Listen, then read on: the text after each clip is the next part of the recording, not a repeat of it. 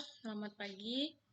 Kami dari kelompok 7 akan mempresentasikan hasil materi kami mengenai optik geometri dan optik fisis. Tujuan pembelajaran yang pertama untuk mengamati cermin datar, cermin cekung, dan cermin cembung. Yang kedua, peserta didik secara kritis dan kreatif mampu menganalisis optik fisis dan geometri serta menyajikan hasil percobaan tentang optik fisis dan geometri. Yang ketiga, peserta didik mengamati demonstrasi guru tentang pembentukan bayangan pada lensa dengan mengubah jarak benda sehingga jarak bayangan juga berubah. Berikutnya pemantulan cahaya. Pemantulan adalah pengembalian seluruh atau sebagian cahaya apabila mengenai bidang batas. Pemantulan pada permukaan yang halus disebut pemantulan teratur, dan pemantulan pada permukaan kasar disebut pemantulan difus atau baur. Contoh pemantulan teratur adalah pemantulan yang terjadi pada cermin datar dan cermin lengkung. Yang kedua, hukum pemantulan cahaya. Bunyi hukum pemantulan cahaya dapat dinyatakan. 1. Sinar datang, garis normal, dan sinar pantul terletak pada bidang datar. Yang kedua, sudut datang sama dengan sudut pantul. Materi berikutnya tentang bayangan nyata dan bayangan maya. Bayangan nyata adalah bayangan yang tidak dapat dilihat langsung pada cermin, tetapi dapat ditangkap oleh layar. Dalam proses pemantulan cahaya, bayangan nyata dibentuk oleh pertemuan langsung antara sinar-sinar pantul di depan cermin. Bayangan nyata disebut juga bayangan real. Yang B, bayangan maya.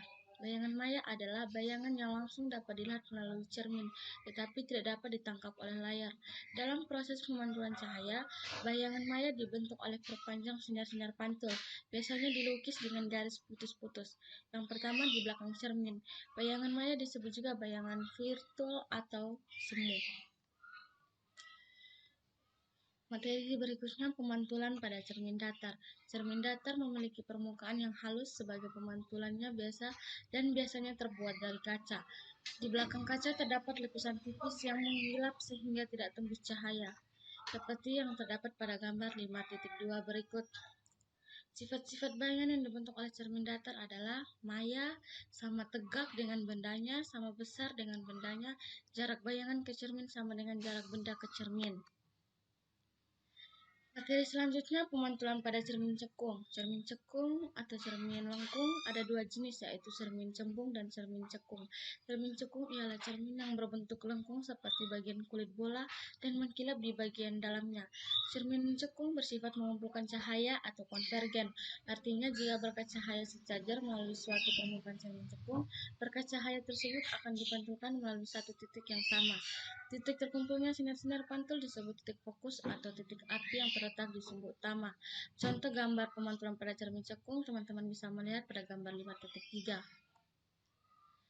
Baik, itu saja materi yang saya bawa. Selanjutnya akan dibawakan oleh teman saya. Kurang dan lebihnya saya mohon maaf. Terima kasih. Baik, perkenalkan nama saya Helena Susanti Kael, mahasiswa dari Universitas Nusa Cendana, Fakultas Keguruan dan Ilmu Pendidikan, Program Studi Pendidikan Fisika semester 5.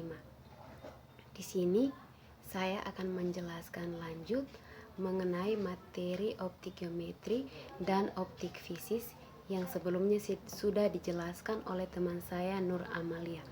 Di sini materi yang akan saya jelaskan yaitu mengenai pembiasan cahaya. Langsung saja pada materi. Pembiasan cahaya merupakan peristiwa pembelokan gelombang cahaya yang disebabkan adanya perubahan kecepatan cahaya ketika merambat melalui dua medium yang indeks biasnya atau kerapatannya berbeda. Yang pertama, hukum pembiasan cahaya. Hukum pembiasan cahaya ditemukan oleh Willebrord Snellius pada tahun 1580 sampai 1626 sehingga disebut dengan hukum Snellius seperti pada gambar yang menyatakan bahwa sinar datang, garis normal, dan sinar bias terletak pada satu bidang datar. Jika sinar datang dari medium kurang rapat menuju medium yang lebih rapat, maka sinar dibiaskan mendekati garis normal, dan jika sinar datang dari medium yang lebih rapat menuju medium yang lebih rapat, maka sinar akan dibiaskan menjauhi garis normal. Contoh dari pembiasan cahaya yaitu contoh peristiwa pembiasan cahaya adalah ketika kita melihat dalam kolam yang airnya jernih, dasar kolam kelihatannya lebih dangkal dari yang sebenarnya dan ikan yang ada di kolam akan tampak lebih dekat ke permukaan seperti ilustrasi. Yang kedua, indeks bias medium. Besarnya kerapatan suatu medium dinyatakan dalam indeks bias. Artinya, semakin besar indeks bias suatu medium, maka medium tersebut semakin rapat. Indeks bias suatu medium atau indeks bias mutlak atau N adalah perbandingan cepat rambat cahaya dalam hampa udara dengan cepat rambat cahaya dalam medium tersebut yang dinyatakan dengan rumus N sama dengan C per V. Dari hukum pembiasan cahaya, indeks bias cahaya juga dapat dinyatakan sebagai perbandingan sinus sudut datang terhadap sinus sudut bias. N sama dengan sin I per sin R. Keterangan N sama dengan indeks bias mutlak medium, C sama dengan cepat rambat cahaya di ruang hampa, V sama dengan cepat rambat cahaya dalam medium, I sama dengan sudut datang yaitu sudut sinar datang dengan garis normal, R sama dengan sudut bias yaitu sudut sinar bias dengan garis. Yang ketiga, pembiasan cahaya pada lensa tipis. Pada dasarnya, pembiasan dapat terjadi pada beberapa benda bening seperti air, kaca, lensa, prisma, dan sejenisnya. Yang akan dibahas dalam bab ini hanya pembiasan pada lensa tipis, yaitu lensa yang ketebalannya dapat diabaikan terhadap diameter kelengkungannya, terdiri dari lensa cembung atau konveks dan lensa cekung atau konkav. Baik, mari kita mendengarkan secara saksama. Oke, Mas Bro. Nah, kali ini kita akan membahaskan mengenai optika geometri. Pada cermin datar. Oh, berarti kita itu pengen membahas mengenai optik atau sifat-sifat pada cahaya. Terutama kalau dalam materi ini itu adalah mengenai pemantulan dan pembiasan. Nah, dalam sub ini kita akan membahas mengenai pemantulan. Loh Mas, kenapa kok judulnya pemantulan pada cermin datar? Karena pemantulan nanti macam-macam. Ada cermin datar, ada cermin lengkung. Kalau cermin lengkung berarti ada dua, ada cermin cekung, ada cermin cembung. Tuh kan gitu. Nah kalau cermin datar contohnya gimana? Nah contohnya cermin datar itu misalkan kamu bercermin pada kaca. Kaca yang ada di rumah. Ngerti ya? Kaca di rumahmu itu loh. Nah pas kamu ngaca mematut-matut diri, kamu cantik atau jelek, nah kan gitu. Nah, tapi jangan kebanyakan ngaca. Kalau kata orang tua, kalau kamu kebanyakan ngaca, maka kecantikan atau ketampananmu akan diserap oleh kaca. Jadi kamu semakin lama semakin jelek. Oh iya. Coba aja nanti kamu sering-sering ngaca, maka kamu akan semakin jelek. Nah, kan gitu. Ya enggak, deng, itu hanya mental aja. Karena semakin sering kamu berkaca, maka menandakan kamu itu semakin tidak pede. Semakin kamu merasa dirimu itu jelek. Maka kalau orang tua zaman dulu tuh penuh dengan filosofi deh. Oke, yuk sekarang kita kembali ke jalan yang benar. Nah gini, ini kita akan bahas cermin datar ya. Ini contohnya gini, seret, anggap ini cermin datar. Ingat, anggap ini cermin datar. Tuh, Mas kalau cermin gimana? Nanti ada garis normal. Nah inilah garis normal, garis yang tegak lurus dengan bidang. Misal saya punya sinar warna hijau, laser, wah, jeret. Nah gitu ya, dengan sudut datangnya itu misalkan I. Biasanya I sudut datang. Maka memantulkan ke sana, tiung, bener ya. Dengan sudut datangnya itu adalah biasanya P. Atau kalau lo punya sekolah, biasanya I itu ditulis theta 1, kalau P biasa ditulis theta 2. Tuh, kan gitu. Berarti ya P pantul, I kok datang kok I nggak Mas, nggak pakai D, nggak apa-apa, I dia datang. Nah kan gitu, nanti I, kan gitu.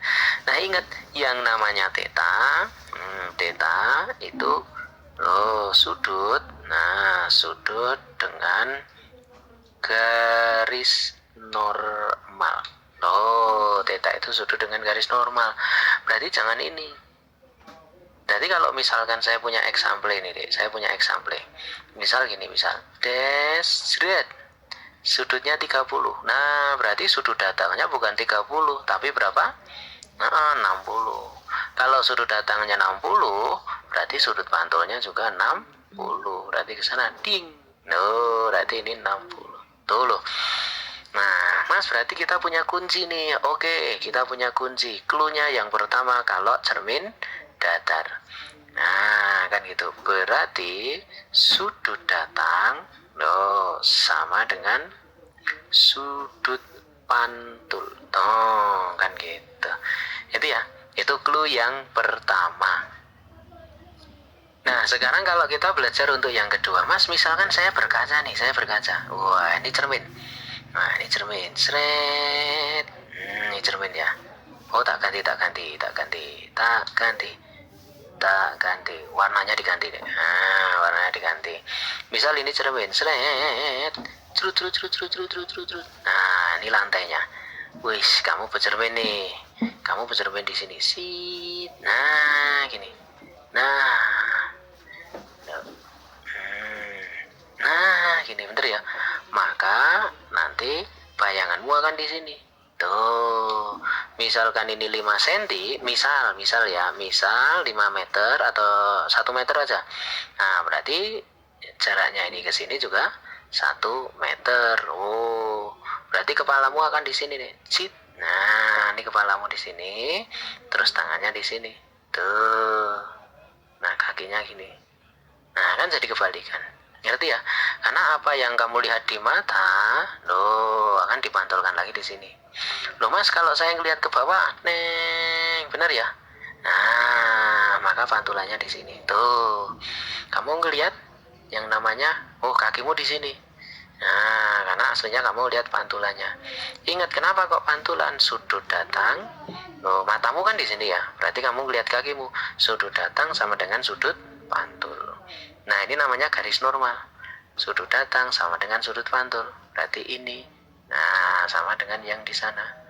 Tuh, kan gitu. Ngerti ya? Tuh, berarti kakimu seakan-akan di sini. Nah, berarti yang kedua, bayangannya di dalam. Kamu tidak bisa megang dirimu di sini. Oh, berarti yang kedua. Nah, bayanganmu bersifat maya. Maya. Benar ya? Tegak. Kenapa kok tegak? Nggak mungkin kepalamu jadi di bawah. Oh, berarti dia itu tegak. Tuh, kan gitu. Ngerti ya? Kepalamu kan di atas. Maya itu tegak. Nah, pokoknya kalau yang namanya bayangan maya nanti panduannya adalah tegak. Nah, kan gitu. Dan berhadapan. Matamu di sini, berarti matamu jadi di sini. Tuh, nggak mungkin matamu di sini, bayanganmu matamu di belakang. Wah, horor nanti.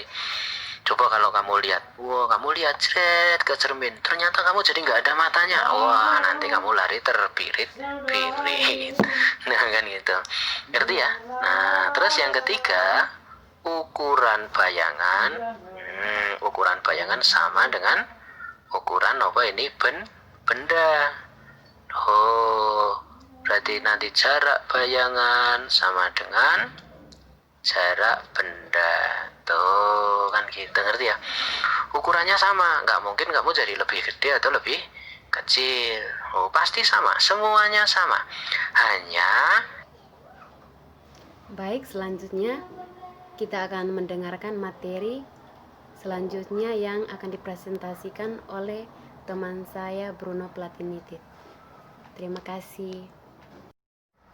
Baik, saya Bruno Platinitit akan menjelaskan lanjutan untuk materi optik geometri dan optik fisis. Langsung saja pada materinya. Dispersi, interferensi, difraksi, dan polarisasi. Baik, langsung saja. Optik merupakan cabang ilmu fisika. Ia mempelajari tentang cahaya, terutama mengkaji sifat-sifat cahaya. hakikat, dan pemanfaatannya. Optik terbagi menjadi dua bagian, yaitu optik geometri dan optik fisis. Optik geometri merupakan ilmu yang mempelajari cahaya dengan mengasumsikan bahwa cahaya merupakan partikel berdasarkan pendapat Sir Isaac Newton, sehingga cahaya dapat dipantulkan dan dibiaskan. Sedangkan optik fisis merupakan ilmu yang mempelajari cahaya dengan mengasumsikan bahwa cahaya merupakan gelombang berdasarkan pendapat Christian Huygens, sehingga cahaya dapat mengalami fenomena seperti gelombang pada umumnya, yaitu polarisasi, difraksi, dan juga interferensi.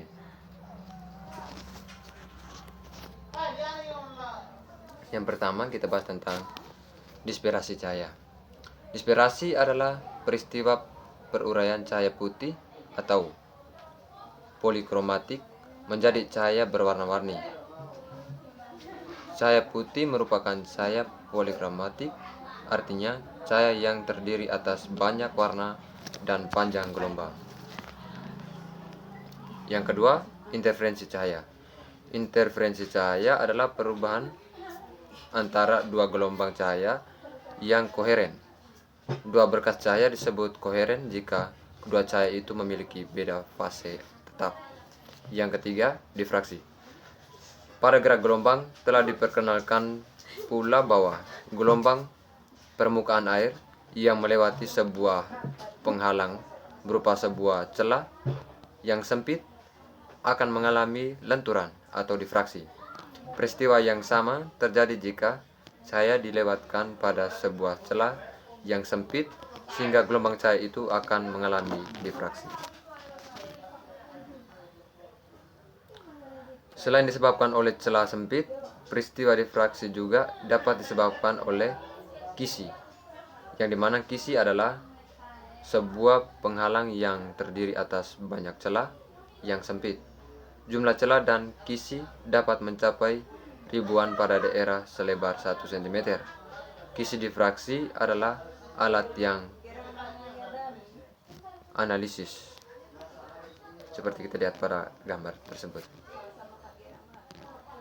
Yang keempat, polarisasi cahaya, yang dimana polarisasi cahaya dapat didefinisikan sebagai pengurangan intensitas karena berkurangnya komponen-komponen gelombang cahaya. Cahaya termasuk gelombang transversal yang memiliki komponen-komponen yang saling tegak lurus.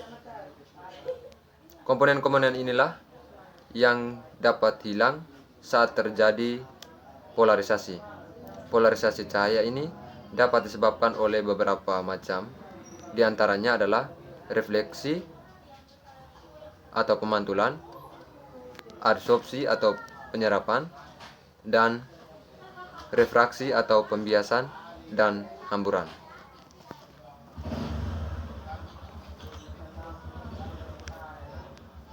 Baik, terima kasih atas presentasi saya pada saat ini. Sekian dan terima kasih. Apabila dalam penjelasan saya kata-kata yang mungkin belum sesuai atau yang tidak berkenan, saya mohon maaf. Terima kasih. Selamat sore.